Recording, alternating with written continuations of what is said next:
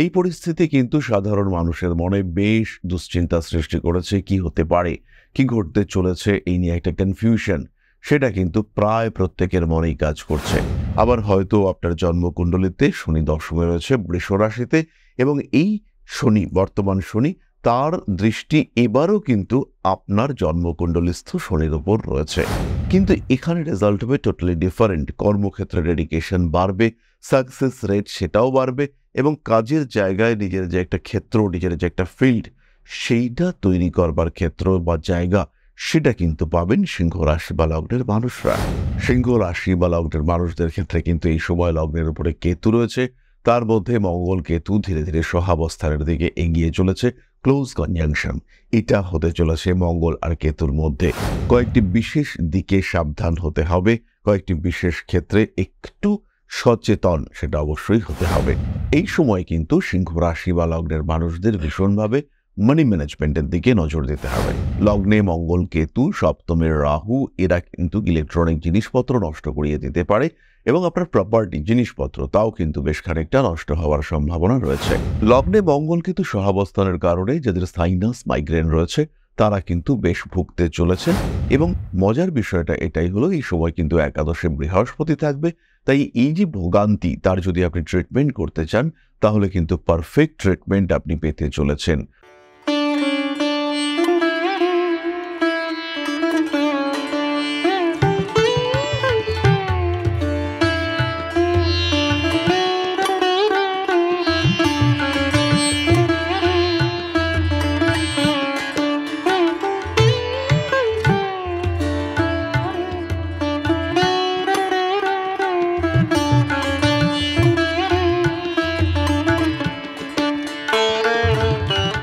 নমস্কার, Rishibani institute of Vedic অ্যাস্ট্রোলজির পক্ষ থেকে স্বাগত জানাই আজকের জ্যোতিষ আলোচনায়। আমি শান্তনু, আপনাদের সঙ্গে। আলোচ্য বিষয় বিশুদ্ধ জ্যোতিষ। বেশ কিছুদিন ধরেই বেশ কতগুলি গ্রহ সঞ্চার আমাদের মনের মধ্যে দুশ্চিন্তা সৃষ্টি করে আসছে। তার মধ্যে শনিদেব তিনি প্রবেশ করেছেন মীন রাশিতে, ইতিমধ্যে রাহুর প্রবেশ কুম্ভ রাশিতে, অন্যদিকে কেতু সিংহ রাশিতে প্রবেশ করেছে। দেবগুরু বৃহস্পতি তিনি এখন অতিচারী, তার স্পিড অনেকটাই বেশি, তিনি অতিক্রম করে চলেছেন মিথুন রাশি। অন্যদিকে রবির সঙ্গে বৃহস্পতির সম্পর্ক, তার সঙ্গে বুধাদিত্য যোগ, এই সমস্ত কিছু মিলেমিশে একটা জটিল পরিস্থিতি তৈরি হয়ে রয়েছে। এই পরিস্থিতি কিন্তু সাধারণ মানুষের মনে বেশ দুশ্চিন্তা সৃষ্টি করেছে। কি হতে পারে, কি ঘটতে চলেছে, এই নিয়ে একটা কনফিউশন সেটা কিন্তু প্রায় প্রত্যেকের মনেই কাজ করছে। তো এই যে গ্রহ সঞ্চার, এই যে গ্রহ অবস্থান, এই সম্পর্কে বেশ কয়েকটা প্রেডিকশন সেটা আমরা আজকের ভিডিওতে করবার চেষ্টা করব। খেয়াল রাখতে হবে, এই সময় রাশিচক্র কিন্তু তার স্টেবিলিটি নষ্ট করে বসে আছে।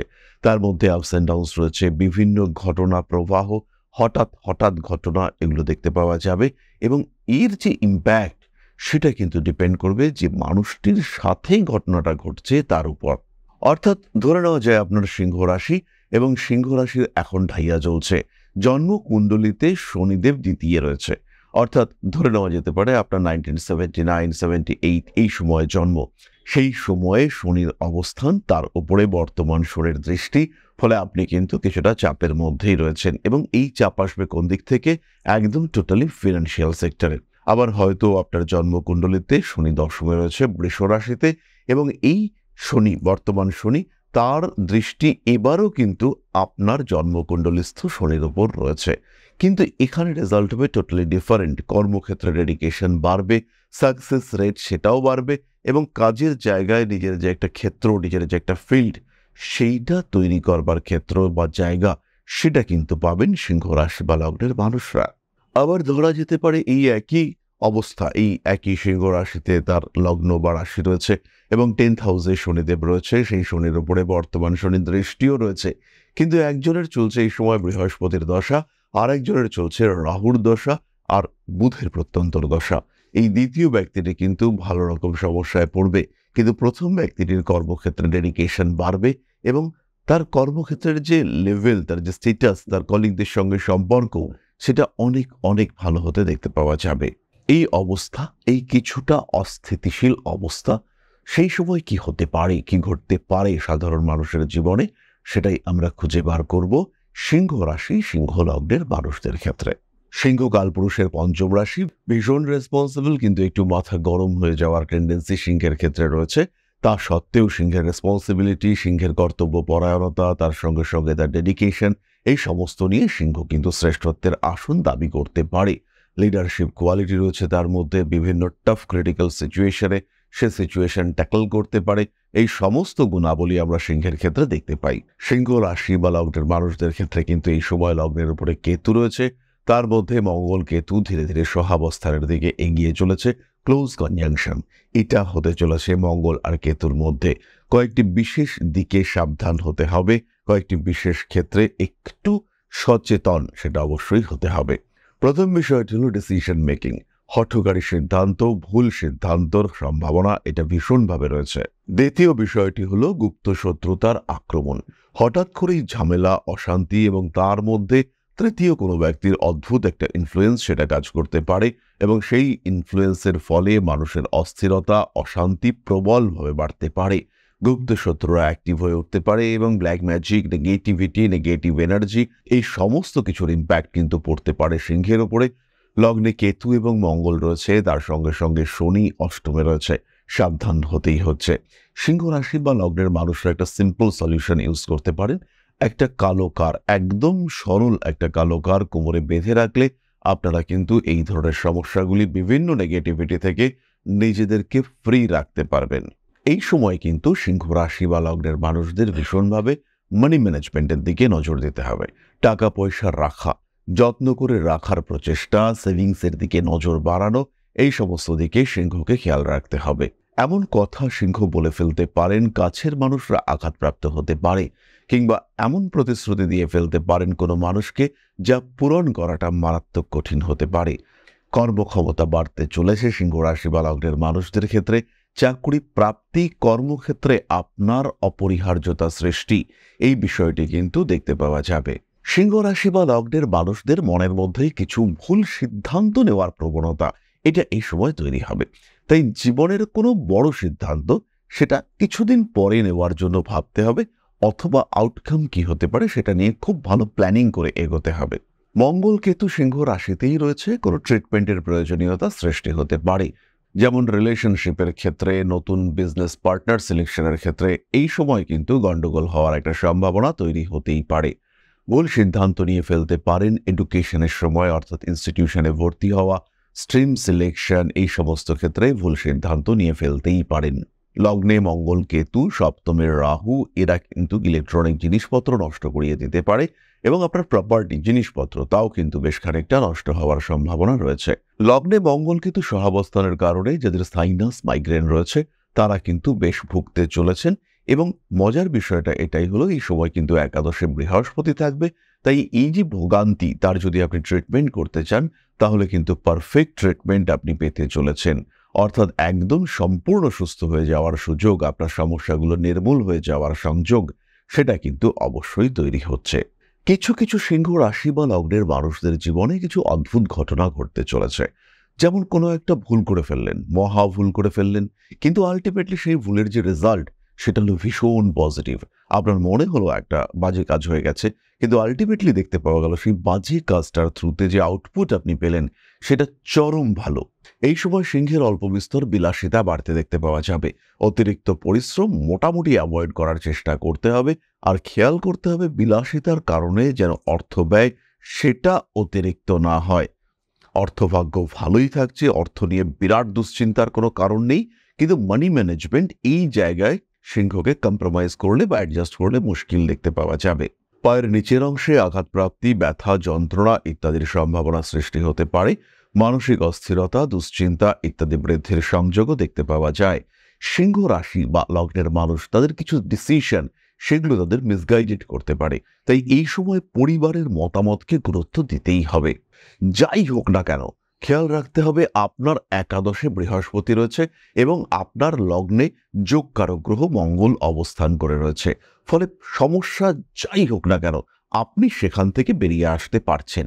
বাধা, বিপত্তি, সমস্যা, অস্থিরতা যাই আসুক না কেন তাকে আপনি কন্ট্রোল করতে পারছেন। সুতরাং নিশ্চিন্ত নির্ভাবনায় থাকতে হবে। সমস্যা যাই আসুক না কেন তাকে কন্ট্রোল করবই, এই মেন্টালিটি নিয়ে ট্যাকল করতে হবে। ইতিমধ্যে বেশ কিছু মানুষ তাদের মধ্যে জ্যোতিষের প্রতি আগ্রহ আসবে, কারণ লগ্নে কেতু নবমপতি যুক্ত হয়ে রয়েছে, আর অন্যদিকে শনি অষ্টমে রয়েছে, একাদশে বৃহস্পতি, পঞ্চমে তার দৃষ্টি। ফলে জ্যোতিষ, ট্র্যাডিশনাল সাবজেক্ট, হিলিং ইত্যাদি সম্পর্কে জ্ঞান অর্জন করবার চেষ্টা এটা আসবেই, এটা বাড়বেই। তাই যারা জ্যোতিষ শিখতে চাইছেন বা জ্যোতিষের সঙ্গে আনুষঙ্গিক কোনো বিষয় শিখতে চাইছেন, স্পেশালি যারা ট্যারো কার্ড রিডিং শিখতে চাইছেন, তারা সরাসরি আমাদের সঙ্গে সংযুক্ত হতে পারবেন। খেয়াল রাখতে হবে, জ্যোতিষ শিক্ষার শ্রেষ্ঠ প্রতিষ্ঠান Rishibani institute of Vedic astrology. এরই সঙ্গে সঙ্গে বিভিন্ন দিক থেকে জীবনে সমস্যা আসতে পারে। কারণ হয়তো এই সময় চলছে রাহুর দশা, শুক্রের অন্তর্দশা, প্রচুর ব্যয় হওয়ার প্রবণতা দেখতে পাওয়া যাবে। এমন বন্ধুত্ব সৃষ্টি হলো যার কারণে আপনি পড়লেন মহা সমস্যায়, এগুলোও হতে পারে। বর্তমান রাহুর দৃষ্টি যদি আপনার শুক্রের ওপরে পড়ে, রিলেশনশিপের ক্ষেত্রে গন্ডগোল পাকিয়ে ফেলতে চলেছেন আপনি। সুতরাং এইরকম যদি পরিস্থিতি আসে, সেই ক্ষেত্রে কিন্তু অবশ্যই নিজের জায়গাটাকে ঠিক রাখবার চেষ্টা করতে হবে এবং বাধা বিপত্তি সমস্যা যাই আসুক না কেন সেটাকে ট্যাকল করবার চেষ্টা করতে হবে। এই পর্যায়ে একজন জ্যোতিষ আপনাকে সাহায্য করতেই পারেন, তিনি আপনার পাশে দাঁড়াতে পারেন একজন আদর্শ বন্ধুর মতো।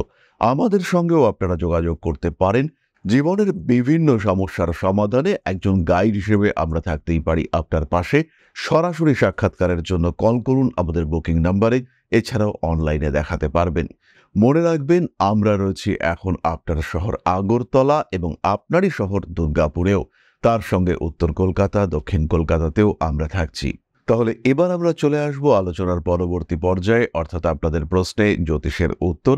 তবে তার আগে ছোট্ট একটি বিষয় আপনাদের সঙ্গে শেয়ার করতে চাইব। পরম ব্রহ্ম মিলন মঠ ও সেবাশ্রম অধ্যাত্ম, সেবা এবং প্রকৃতি পূজনে সম্পূর্ণ নিয়োজিত একটি সংস্থা। সম্পূর্ণ স্বেচ্ছাসেবী এবং সমাজ কল্যাণমূলক এই সংস্থা আমরা এগিয়ে চলেছি মানুষের পাশে দাঁড়ানোর লক্ষ্যে। এই প্রসঙ্গে দীর্ঘদিন ধরেই আমরা বিভিন্ন এলাকায় বেশ কিছু কাজ করে আসছি। আপনাদের সহযোগিতা, আপনাদের পাশে দাঁড়ানো, আপনাদের হাতে হাত মিলিয়ে এগিয়ে নিয়ে আসার চেষ্টা, আপনাদের সহযোগিতা, আপনাদের পাশে দাঁড়ানোর প্রয়াস, এই সমস্ত কিছুই আমাদেরকে এগিয়ে নিয়ে চলেছে। আমাদের পাথেয় হয়ে উঠেছে আপনাদের ভালোবাসা। বিগত বেশ কিছুদিন ধরেই আমরা বিভিন্ন অনগ্রসর এলাকায় কাজ করে চলেছি। কখনো আমরা শিশুদের মধ্যে শিক্ষা উপকরণ বিতরণ করেছি, কখনো আমরা পুজোর পোশাক বিতরণ করেছি, কখনো তাদের খাদ্যের ব্যবস্থা করেছি। আমরা কন্টিনিউয়াসলি তাদের পড়াশোনার জন্য 2টি ফ্রি কোচিং সেন্টার শুরু করেছি। তাদের মধ্যে ক্রিয়েটিভ অ্যাক্টিভিটিগুলিকে জাগ্রত করবার জন্য সম্পূর্ণ বিনামূল্য একটি নৃত্য শিক্ষা প্রশিক্ষণের ব্যবস্থা, সেটা আমরা করতে সক্ষম হয়েছি। এবং এই প্রত্যেকটি পদক্ষেপেই আমরা পেয়েছি আপনাদের সঙ্গ, আমরা পেয়েছি আপনাদের সহযোগিতা, আমরা পেয়েছি আপনাদের ভালোবাসা। আমরা শীতকালে কম্বল বিতরণ করেছি, আমরা মায়েদের মধ্যে খাদ্য উপকরণ, পুষ্টি উপকরণ বিতরণ করেছি, আমরা বিতরণ করেছি ডেঙ্গুর সময় প্রচুর মশারি। এই প্রত্যেকটি কাজেই আপনারা ছিলেন আমাদের পাশে। বর্তমানে মানুষের ভালোবাসায় আমরা ধীরে ধীরে আরেকটু বড় হয়ে উঠছি। এই অবস্থায় বর্তমান পরিস্থিতিতে এই কাজগুলিকে আরো এগিয়ে নিয়ে যাওয়ার জন্য, সুষ্ঠুভাবে করবার জন্য প্রয়োজন একটি পরিকাঠামো। তাই আমরা চিন্তা ভাবনা করছি একটি আশ্রম ফরমেশনের, এবং এর জন্য প্রয়োজন জমি, এর জন্য প্রয়োজন পরিকাঠামো। তাই যারা আমাদের সাবস্ক্রাইবার রয়েছেন, যারা আমাদের ভিউয়ার রয়েছেন, যারা আমাদের ফলোয়ার রয়েছেন, যারা আমাদেরকে ভালোবাসেন, যারা আমাদের পাশে থাকেন, প্রত্যেকটি সহানুভূতিশীল মানুষের কাছে আমাদের অনুরোধ, সাধ্যমতো সামান্য পরিমাণে আপনারা এগিয়ে আসুন। বিন্দু বিন্দুতে সম্পূর্ণ হবে সিন্ধুর গঠন, তৈরি হবে পরম ব্রহ্মমিলন মঠ ও সেবাশ্রমের পরিকাঠামো। তাই যারা বিভিন্ন সময় বিভিন্ন অবস্থায় মানুষের পাশে গিয়ে দাঁড়ান, যারা প্রকৃতিকে ভালোবাসেন, যারা জীবনকে এগিয়ে নিয়ে যাওয়ার পথে অন্যকে সাহায্য করতে পছন্দ করেন, সেরকম প্রত্যেকটি মানুষের কাছে আমাদের সাধারণ অনুরোধ, আমাদের এই মহৎ উদ্দেশ্যকে সফল করে তুলবার জন্য যতটুকু সম্ভব, যতটুকু সাধ্য, অবশ্যই এগিয়ে আসুন, বাড়িয়ে দিন সামান্য সহযোগিতার হাত। অধ্যাত্ম, সেবা এবং প্রকৃতি পূজনের এই মহান কর্মে, মহান ব্রতে ব্রতী হয়েছি আমরা। আমাদের সঙ্গে হাতে হাত মিলিয়ে আপনারাও যতটুকু সম্ভব এগিয়ে আসুন। সবার প্রচেষ্টায় এই বিরাট কর্মযজ্ঞ সাফল্যমণ্ডিত হবে। সবাইকে জানাই অগ্রিম ধন্যবাদ। আমরা জানি আপনাদের সহযোগিতা আমরা পাবো। বেশ কিছুদিন ধরেই বহু মানুষ আমাদেরকে সাহায্য করে চলেছেন, কারণ আমাদের ইন্ডিভিজুয়াল সামর্থ্য অতি ক্ষুদ্র। তার মাধ্যমে এই মহৎ কার্যগুলিকে সম্পূর্ণ করা সম্ভব নয়। তাই প্রত্যেকের ছোট্ট ছোট্ট সহযোগিতার হাত আমাদেরকে এগিয়ে নিয়ে চলেছে। আমরা এগিয়ে চলেছি সাফল্যের লক্ষ্যে। আপনাদের ভালোবাসা এভাবেই আমাদের পাশে থাক, আমরা সফল হবই। তাহলে এবার আমরা চলে আসব আপনাদের প্রশ্ন পর্যায়ে। প্রশ্ন করেছেন রাহুল ঘোষ। দাদা, আপনার রাশিগুলোর অ্যানালাইসিস অসাধারণ। আমি আপনার সব ভিডিও উপদেশ অনুসরণ করি। আমার জন্ম 25/6/1987, সময় 12টা 18, স্থান মেদিনীপুর, নতুন চাকরি আর অর্থনৈতিক অবস্থা যদি পরের ভিডিওতে বলেন খুবই উপকৃত হব। রাহুলবাবু, কমেন্ট করবার জন্য অবশ্যই ধন্যবাদ। জন্মকুণ্ডলী অনুসারে আপনার অর্থনৈতিক অবস্থা ধীরে ধীরে বেটার হবে। সরকারি চাকরি প্রাপ্তির সম্ভাবনা রয়েছে এবং এটা কোনো এডুকেশন ওরিয়েন্টেড চাকরি, টিচিং কিংবা কোনো প্রফেসর এই ধরনের চাকরি বা এডুকেশন ডিপার্টমেন্টের চাকরি, সেটা হওয়ার সম্ভাবনা অনেকটাই বেশি। শরীরের দিকে ভীষণভাবে খেয়াল রাখতে হবে, আর তার সঙ্গে সঙ্গে মেন্টাল হেলথ, সেটাকেও হ্যাপি রাখার চেষ্টা অবশ্যই করতে হবে। অর্থনৈতিক দিক থেকে কোনো রকম দুশ্চিন্তা কিন্তু থাকছে না, নিশ্চিন্তে থাকা যায়। তাহলে আজকের আলোচনা আমরা আর দীর্ঘায়িত করব না। সবাই সুস্থ থাকুন, ভালো থাকুন। মা শ্রী শ্রী আদিশক্তির আশীর্বাদে আপনাদের জীবন আরো সমৃদ্ধ হয়ে উঠুক। জয় মা আদিশক্তি। নমস্কার।